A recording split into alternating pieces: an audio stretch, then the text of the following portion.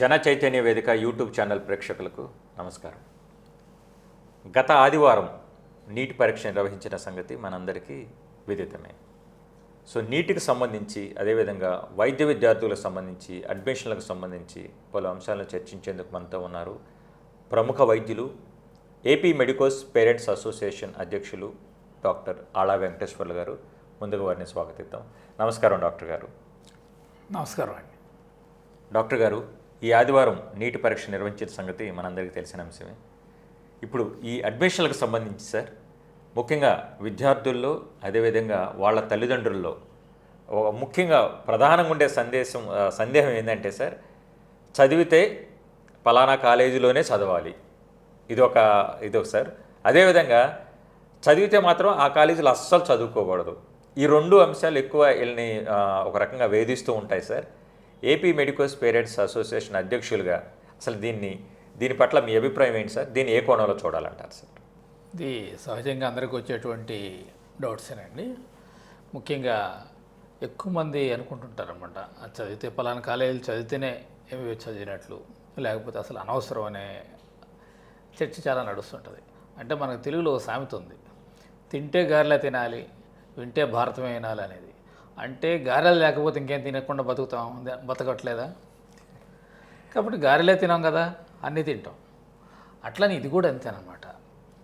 దాన్ని మనం అంత సీరియస్గా తీసుకోకూడదు. బేసిక్గా ఇవాళ దేశంలో ఉన్నటువంటి ప్రముఖ డాక్టర్లని మనం విశ్లేషించినప్పుడు అందరూ కూడా అనేక మంది ప్రముఖ డాక్టర్లు అతి సాధారణమైనటువంటి కాలేజీల నుంచి చదువుకుని వచ్చిన వాళ్ళే, మెడికల్ కాలేజెస్లో. కాబట్టి పలానా కాలేజీలో చదివితేనే గ్రేట్ అనేది అది కరెక్ట్ కాదనమాట. ఇంకోటి ఏంటంటే, చాలామంది నేను గమనించింది ఇటీవల అనేక మంది నేషనల్ ఇన్స్టిట్యూట్స్లో ఎయిమ్స్ కానీ జిప్మర్ కానీ అట్లాంటి చదివి వాళ్ళకి తర్వాత సరి అయిన పీజీ సీట్లు రాకుండా బాధపడుతున్న వాళ్ళని నేను చాలామందిని చూశాను. కాబట్టి ఆ కాలేజీని బట్టే ఉండదండి.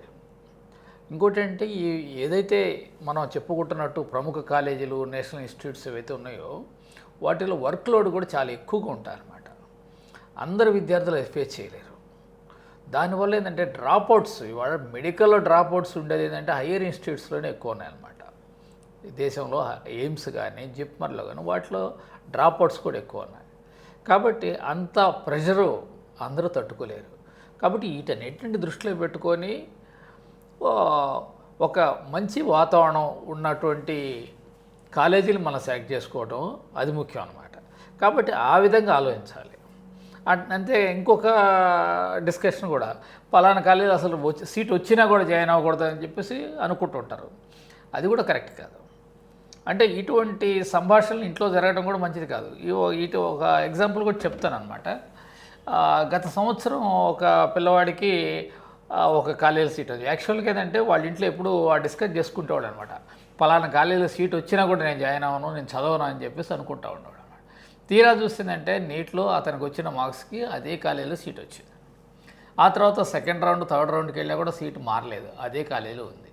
అప్పుడు తనకేంటి ఒక డిప్రెషన్ అనమాట, నేను ఇక్కడే ఇంకా చదవాల్సిందేనా, నేను ఇక్కడే ఉండాల్సిందేనా అని ఒక డిప్రెషన్లోకి వెళ్ళినటువంటి, నేను చదువు మానేస్తాను, మళ్ళీ కావాలంటే ఇంకోసారి రాసుకుంటాను అనే పరిస్థితికి వెళ్ళింది.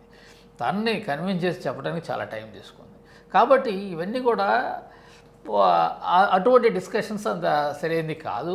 కాబట్టి ఏ కాలేజీలు అయినా పర్వాలేదు. ఇవాళ మనకి ఇక్కడ సీట్ రాకపోతే అనేక మంది విదేశాలు వెళ్ళి చదివే పిల్లలు ఉన్నారు వాళ్ళతో పోల్చుకుంటే. కాబట్టి వాళ్ళు అక్కడ పరిస్థితి ఎట్లా ఉందో మనకు అసలు తెలియదు. ఆ వాతావరణం ఎంతగా దుర్భరమైనట్టు వాతావరణం ఉంటుంది. మనం చూసాం ఉక్రెయిన్ అట్లా వెళ్ళిన పిల్లలు ఎట్లా ఉండి, ఇవన్నీ చైనాలో కానీ అటు వెళ్తే అక్కడ ఉన్నటువంటి వాతావరణ పరిస్థితులు కానీ అక్కడ తీసుకునేటువంటి ఆహార పరిస్థితులు కానీ చాలా దుర్భరంగా ఉంటాయి. అయినా కూడా మరి కష్టపడి అక్కడ చదువుకుంటున్నారు. కాబట్టి ఏంటంటే వచ్చిన దాంట్లో తృప్తి పడతాం అనేది ముఖ్యం అండి. అది అవసరం. ఒక పాజిటివ్ యాటిట్యూడ్ ఉండాలి. అట్లానే ఇంకొక ఎగ్జాంపుల్ కూడా ఉందన్నమాట. ఒక పిల్లవాడు చాలా మంచి బ్రిలియంట్ అని అతనికి నీట్లో టాప్ ర్యాంక్స్ వచ్చాయన్నమాట. ఆ పేరెంట్స్కి ఏంటంటే వాళ్ళ అంబిషన్స్ పెరిగిపోయినాయి. ఇంకా వస్తే ఢిల్లీ ఎయిమ్స్లో సీట్ వస్తేనే చదివినట్టు, లేకపోతే లేదనేది ఆ పిల్లవాడికి బాగా నూరిపోశారు. నూరిపోసి ఆ తర్వాత ఆవిడ మీద ఇంకా విపరీతమైనటువంటి ప్రెషర్ పెట్టడంతో అతని ఆరోగ్యం దెబ్బతింది. ఆరోగ్యం దెబ్బతిన్నప్పుడు అతనికి వచ్చే మార్కులు బాగా తగ్గిపోతూ వచ్చినాయి అనమాట. తగ్గిపోయి వచ్చినాక ఆ తర్వాత ఆ పిల్లవాడు ఏం చేశాడంటే, నాకు అసలు ఎయిమ్స్లో సీట్ వచ్చే పరిస్థితి లేదు కాబట్టి నేను అసలు నీటే చదవను, నేను ఇంకా చదవనని చెప్పి చదువే మానేసిన పరిస్థితి వచ్చింది. ఇట్లాంటి అతి తీవ్రమైనటువంటి అంత ఎక్స్ట్రీమ్స్కి వెళ్ళకూడదు ఇప్పుడు కూడా. కాబట్టి ఇవన్నీ కూడా ఎక్కడైనా విద్యార్థిని బట్టి ఉంటుంది, ఆ చదువుకునేటువంటి తన యాటిట్యూడ్ని బట్టి ఉంటుందే తప్ప కేవలం పలానా కాలేజీలో చదివితే చాలా అద్భుతంగా ఉంటుంది, ఈ కాలేజీ పూర్తిగా వేస్ట్ అనేటువంటి టూ ఎక్స్ట్రీమ్స్ మాత్రం అటువంటి ఆలోచనలు మంచిది కాదని చెప్పేసి నా ఉద్దేశం. వైద్య విద్య అభ్యసించిన విద్యార్థులకు, ముఖ్యంగా ఎంబీబీఎస్ చేసిన వాళ్ళకి సార్, గతంతో పోలిస్తే ఇప్పుడు అవకాశాలు మెరుగుపడ్డాయా? అంటే ఉద్యోగపరంగా కావచ్చు, లేదంటే వాళ్ళ స్వయం ఉపాధి పరంగా కావచ్చు. మరొకటి సార్, పోటీతత్వం ఎలా ఉంది, ఇప్పుడు ఎలా ఉంది, గతంలో ఎలా ఉంది? అదేవిధంగా అసలు ఈ సంవత్సరం ఎంతమంది విద్యార్థులు నీట్ పరీక్ష రాశారు సార్? ఈ వివరాలు కూడా తెలియజేయగలరు సార్. ఒకటి ఈ పోటీతత్వం అని చెప్పేసి అడిగాడు, కాంపిటీషన్ ఎట్లా ఉందని చెప్పేసి. అంటే యాక్చువల్గా ఏంటంటే నేషనల్ లెవెల్లోనేమో కాంపిటీషన్ పెరుగుతూ వస్తుందండి. స్టార్టింగ్లో కన్నా కూడా ఇప్పుడు దాదాపు రెట్టింపోయారనమాట, నీట్ రాసేవాళ్ళు రెట్టింపోయారు. మన రాష్ట్రంలో దానికి రివర్స్లో ఉంది. మొదట్లో దాదాపు 70,000 మంది అపీర్ అయ్యేవాళ్ళు మన స్టేట్ నుంచి. అటువంటిది ఈ సంవత్సరం లేటెస్ట్గా ఉన్నటువంటి రిపోర్ట్స్ ప్రకారం కేవలం 45,000 మందే ఎగ్జామ్స్ రాశారు, నీట్ పరీక్ష రాశారు. అది పరిస్థితి. అంటే స్టూడెంట్స్ రాసేటువంటి స్టూడెంట్స్ తగ్గిపోతూ వస్తున్నారు. దీనికి కారణం ఏంటంటే, ఇవాళ మీరు అన్నారు అవకాశాలు ఎట్లా ఉన్నాయి, ఈ మెడిసిన్ పూర్తి చేసిన తర్వాత అవకాశాలు ఎట్లా ఉన్నాయి అనే దాన్ని బట్టి ఆధారపడి ఉంటుంది. అయితే గతంతో పోల్చుకుంటే ఈరోజు ఉన్నటువంటి అవకాశాలు చాలా వరకు తగ్గినాయని చెప్పవచ్చు అనమాట. వాళ్ళ ఆదాయపరంగా కానివ్వండి, ఉద్యోగపరంగా కానివ్వండి, ఇవన్నీ కూడా అవకాశాలు చాలా తగ్గుతూ వస్తున్నాయి. దానివల్ల ఏంటంటే దాని మీద ఇంట్రెస్ట్ పోతూ ఉందన్నమాట. కాబట్టి ఇవాళ చాలా వరకు ఇంకొక విషయం తీసుకుంటే, ఈ సంవత్సరం ముఖ్యంగా పోస్ట్ గ్రాడ్యుయేషన్లో అనేక మెడికల్ సీట్లు మిగిలిపోయినాయి, ఎవరు జాయిన్ కాలేదన్నమాట. అటువంటి పరిస్థితులు అంటే ప్రైవేట్ మెడికల్ కాలేజీలో ఉన్నటువంటి B category, C category join అవ్వాలంటే అంత పెట్టి చదవటం కూడా వేస్ట్ అనే భావంతో చాలామంది అది తీసుకొని కూడా తీసుకోవటం లేదు. కాబట్టి ఇవాళ ఏంటంటే రిలేటివ్గా గతంతో పోల్చుకుంటే ఈ డాక్టర్స్కి వచ్చేటువంటి ఆదాయం అనేది తగ్గింది. అంటే నంబర్ ఆఫ్ డాక్టర్స్ పెరగటం కానివ్వండి, కార్పొరేట్ హాస్పిటల్స్ రావటం కానివ్వండి, అనేక కారణాల వల్ల ఇది తగ్గిపోతూ వస్తుంది. ఇంకా అదర్ బర్డెన్స్ డాక్టర్స్ పెరిగినప్పుడు హాస్పిటల్స్ కూడా ఏంటంటే మెయింటెనెన్స్ బర్డెన్స్ ఇంతకుముందు కన్నా ఇప్పుడు ఎక్కువ పెరిగింది. కాబట్టి వీళ్ళ ఒక ఇన్కమ్ అనేది తగ్గిపోతూ ఉంది. ఆ తర్వాత ఏంటంటే వీళ్ళు ఇప్పుడు ఇవాళ కొత్తగా అనేక రూల్స్ వస్తున్నాయి, గవర్నమెంట్ పెట్టే రూల్స్. దానివల్ల ఏంటంటే కొత్తగా ఇవాళ ప్రాక్టీస్ కంప్లీట్ అయిన వాళ్ళు వచ్చి డైరెక్ట్గా ఒక క్లినిక్ పెట్టే పరిస్థితి లేదు. అంటే పెడితే ఒక నర్సింగ్ హోమ్ పెట్టాల్సింది తప్ప ఒక క్లినిక్ లాగా పెట్టుకొని చిన్నగా ప్రాక్టీస్ డెవలప్ చేసుకునే పరిస్థితి లేని పరిస్థితి అన్నమాట. కాబట్టి రాను మెడికల్ మీద ఇంట్రెస్ట్ చూపించేటువంటి అభ్యర్థుల సంఖ్య గణనీయంగా తగ్గుతుంది. దాని మీద ఇంకోటి ఏంటంటే ఇవాళ చూస్తున్నాం, ప్రెషర్ కూడా వీళ్ళలో ఎక్కువ ఉంటుంది. అందుకని ఆ ప్రెషర్ టాలరేట్ చేయలేక మనం ఒక విధంగా చెప్పాలనుకుంటే, గతంలో ఆదాయం తీసుకున్నట్టయితే ఒక యావరేజ్ ఇంజనీర్తో పోల్చుకుంటే ఒక యావరేజ్ డాక్టర్కి దాదాపు 3 నుంచి 4 రెట్ల ఆదాయం ఉండేది. ఇవాళ పరిస్థితి ఏంటంటే ఒక సాధారణ యావరేజ్ ఇంజనీర్కి ఎంత ఉందో యావరేజ్ డాక్టర్ కూడా కుడియడంగా అంతకన్నా తక్కువే ఉందని చెప్పొచ్చు అనమాట. అటువంటి పరిస్థితుల్లో ఇవాళ అదే ఇంజనీరింగ్ 4 ఇయర్స్లో అయిపోతుంది, ఇదేమో దాదాపు 12 ఇయర్స్, మినిమం 12 ఇయర్స్ పడుతుంది. ఎంబీబీఎస్ కానీ, తర్వాత పీజీ కానివ్వండి, సూపర్ స్పెషాలిటీ కానీ ఇవన్నీ చేసి వచ్చినాక ఓన్గా పెట్టుకునే పరిస్థితి లేకుండా ఇవాళ ఏదో ఒక కార్పొరేట్ హాస్పిటల్లో మళ్ళీ ఉద్యోగం జాయిన్ అవ్వాల్సినటువంటి పరిస్థితి ఉంది. కాబట్టి రాను విద్యార్థులు దీని మీద ఆసక్తి అనేది చూపించడం తగ్గించేశారని చెప్పవచ్చు. ఇప్పుడు మీరు చాలా చక్కగా చెప్పారు సార్. ఒకటి ఏంటంటే అవకాశాలు అంతంత మాత్రమే చెప్పారు, ఆదాయం కూడా అంతంత మాత్రమే చెప్పారు సార్. సో పోటీతత్వం పెరుగుతున్నప్పటికీ డిమాండ్ అనుకున్న స్థాయిలో ఉండట్లేదు అంటున్నారు సార్. ఈ నేపథ్యంలో ప్రభుత్వ మెడికల్ కళాశాలల పరిరక్షణ కమిటీ అంటూ అందులో దానికి మీరు కన్వీనర్గా వ్యవహరిస్తున్నారు సార్.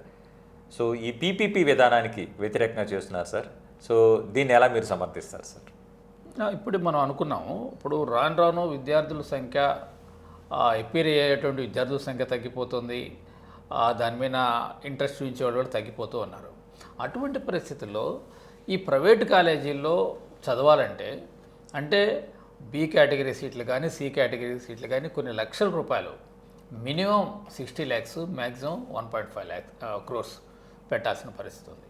కాబట్టి అంత ఖర్చు పెట్టి ఇది చదవటం ఎంతవరకు సమంజసం అనేది మనం ఆలోచించాల్సిన పరిస్థితి. కాబట్టి పేరెంట్స్ దాన్ని ఎంకరేజ్ చేయట్లేదు. కాబట్టి ఇవాళ పీపీపీ విధానం వస్తే ఏంటి, సగం సీట్లు పేమెంట్ సీట్లుగా ఉంటాయి.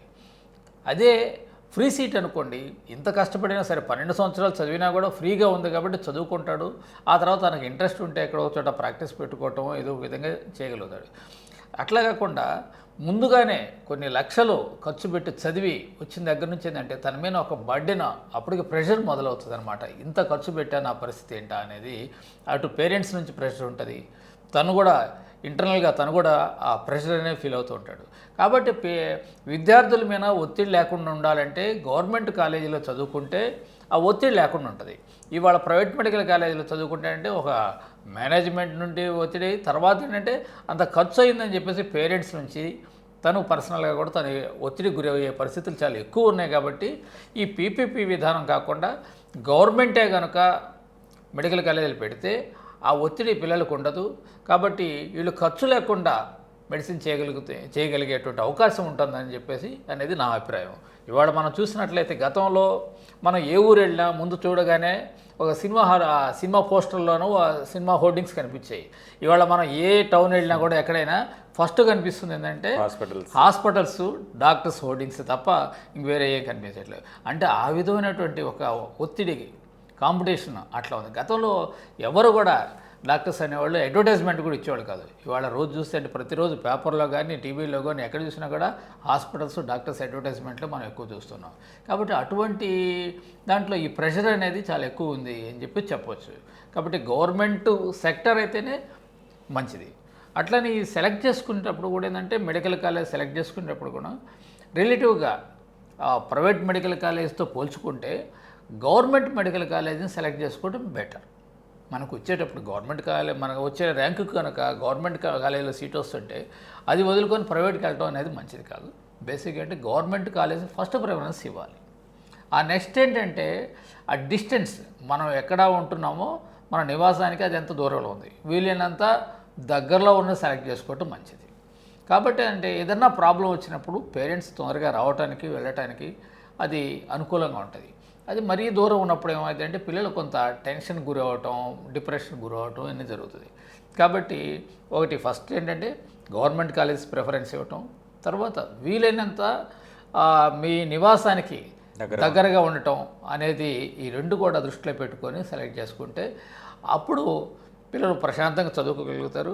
ఆ పిల్లలకి ఏంటంటే తల్లిదండ్రులు కూడా ప్రోత్సాహం ఇవ్వగలుగుతారు, ధైర్యాన్ని చెప్పగలుగుతారు. అదే దూరంగా ఉన్నప్పుడు ఏంటంటే అది చెప్పడం ఏమైందో ఆ పిల్లవాడికి ఎట్లా ఉందో ఏంటో అనేది వీళ్ళు టెన్షన్, పేరెంట్స్కి టెన్షన్ ఉంటుంది.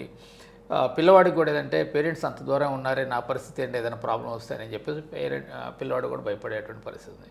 కాబట్టి ఇవన్నీ దృష్టిలో పెట్టుకొని సెలెక్ట్ చేసుకోవాలి.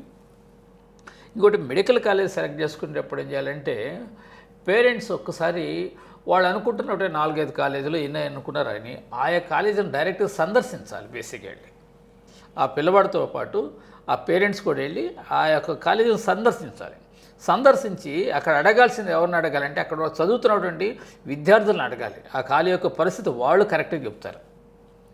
వాళ్ళు ఏంటంటే అక్కడ ఉన్నట్టు ఫ్యాక్ట్స్ ఏంటంటే చెప్తారనమాట. వాళ్ళు అక్కడ ఆ మేనేజ్మెంట్లో వాళ్ళకి ఫ్రెండ్లీగా ఉంటుందా, ఇంకా అక్కడ వేధింపులు ఏమైనా ఉన్నాయా అనేది వాళ్ళు స్పష్టంగా చెప్పగలుగుతారు. కాబట్టి అట్లా విద్యార్థులను కనుక్కొని వాళ్ళ ఒపీనియన్ ప్రకారం చేరిస్తే బాగుంటుంది. అంతేగాని పేపర్లో రాశారని చెప్పేసి ర్యాంకింగ్ చూసి అది ఫస్ట్ ర్యాంక్ వచ్చింది కాబట్టి అందులో చేరుద్దాము, లేకపోతే పలానా వాళ్ళు చెప్పారు కాబట్టి ఈ కాలేజీలో చేర్పిద్దాం, అట్లా కాకుండా మీకు స్వయంగా ఆ అనుభవం మీకుంటే మంచిదని చెప్పేసి నా అభిప్రాయం.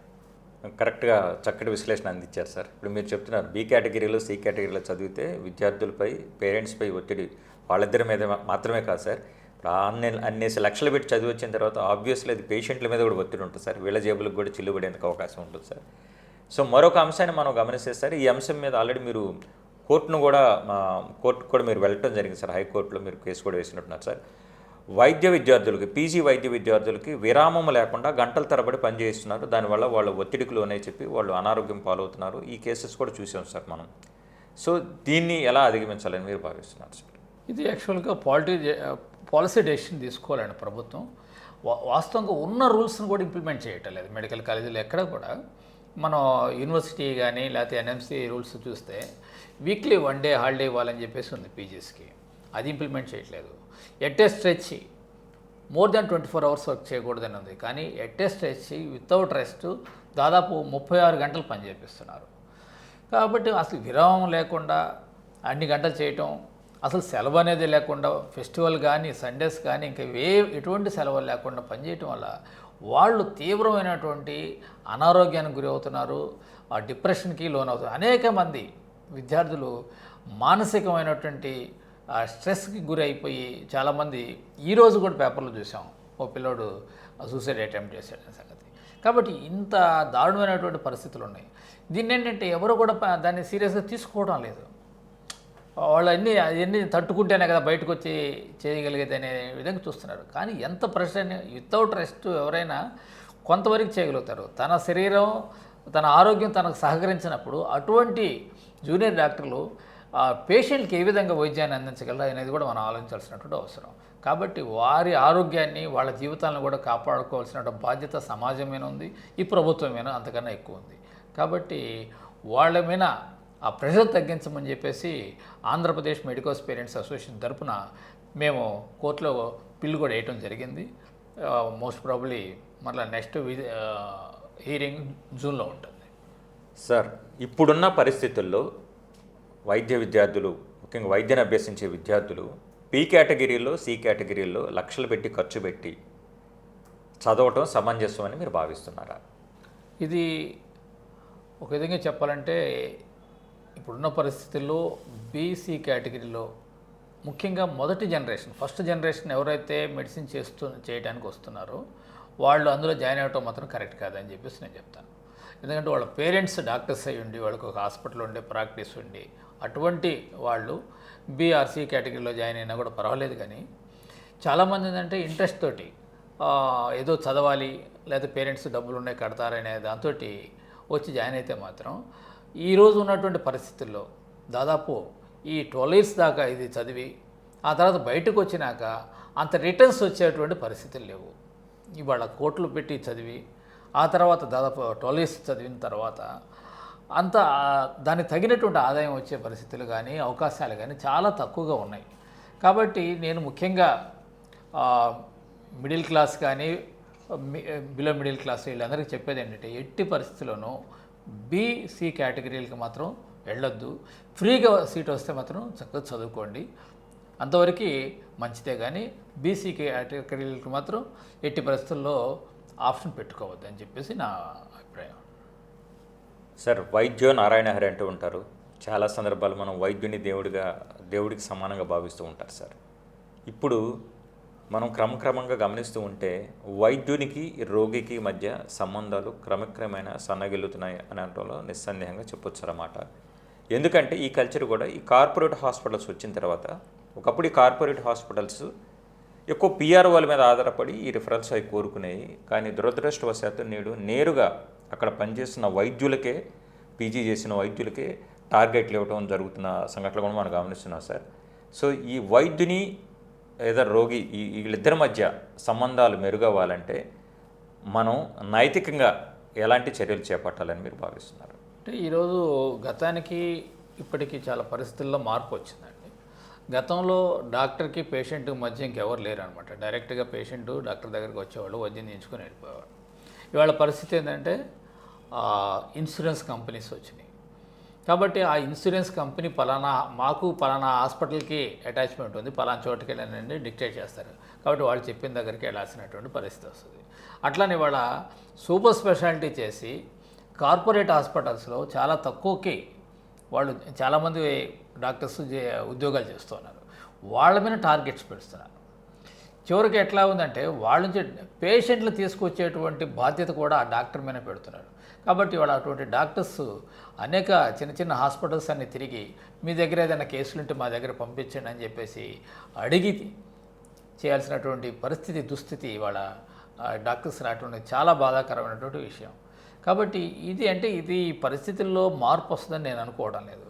ఇదేంటంటే ఈ కార్పొరేటీకరణ జరిగిపోతూనే ఉంటుందన్నమాట. అన్నీ ఏంటంటే ఫస్ట్ అది మంచిది అన్నట్లుగా మనం ఎక్స్పోజ్ చేస్తారు. పలానా కార్పొరేట్ హాస్పిటల్ అవి ఉన్నాయి ఇవి ఉన్నాయి అని చెప్పేసి దాని గురించి చాలా గొప్పగా చెప్తారు, ప్రజలకు కొన్ని భ్రమలు కల్పిస్తారు. కాబట్టి ఎప్పుడు కూడా దానికి అట్రాక్ట్ అవుతారనమాట. అట్లని ఈ ఇన్సూరెన్స్ కంపెనీస్ కూడా మీకు ఈ మాత్రం ఇన్సూరెన్స్ కడితే చాలు ఇన్ని లక్షలు ఇస్తాం అది ఇదని జస్ట్ ఫస్ట్ అట్లా అట్రాక్ట్ చేసి ఆ తర్వాత నుంచి ఆ ప్రీమియం పెంచడాలు కానీ ఇవన్నీ కూడా అనేక రకాలుగా ఇబ్బందులు అనేది ఉంటాయి. ఇవాళ అమెరికాలో ఉన్నటువంటి సిస్టమ్ ఏదైతే ఉందో గ్రాడ్యువల్గా ఏంటంటే మన ఇండియాలో కూడా వస్తుంది. అది అప్పుడు మనం ఏదో ఇన్సూరెన్స్ మంచిది అనుకుంటాం, ఆ ఉండే కొద్ది అంటే ఆ ప్రీమియం కూడా మనం భరాయించలేనంత పరిస్థితిలోకి వెళ్ళిపోతూ ఉంటుంది. ఇంకోటి అంటే ఎప్పుడైతే ఇన్సూరెన్స్ ఉందో వాళ్ళకి ఏం చేస్తున్నారంటే కార్పొరేట్ హాస్పిటల్స్ కూడా లేనిపోయిన వైద్యాలు కూడా చేస్తున్నటువంటి పరిస్థితులు చాలాసార్లు చూస్తున్నటువంటి ఉన్నాం. కాబట్టి ఇవి ప్రజలందరిలో చైతన్యం వస్తే తప్ప ఇవి ప్రభుత్వాలు కానీ వేరేవి ఏం చేయలేవని చెప్పేసి నా అభిప్రాయం. ధన్యవాదాలు సార్. ముఖ్యంగా నీట్ పరీక్ష రాసిన వైద్య విద్యార్థుల కోసం, అదేవిధంగా పీజీ విద్యార్థులు వాళ్ళు పడుతున్నటువంటి ఇబ్బందులు, ముఖ్యంగా పని విరామం లేకుండా వాళ్ళ చేత చేసిన డ్యూటీల గురించి, దాన్ని ఎలా అధిగమించాలని, అదేవిధంగా ఏ కాలేజ్ సెలెక్ట్ చేసుకోవాలి ఇలా పలు అంశాల పట్ల చాలా సులువుగా అర్థమయ్యే రీతిలో మీ స్పందన తెలియజేసినందుకు మీకు ధన్యవాదాలు డాక్టర్ గారు. నమస్కారం అండి.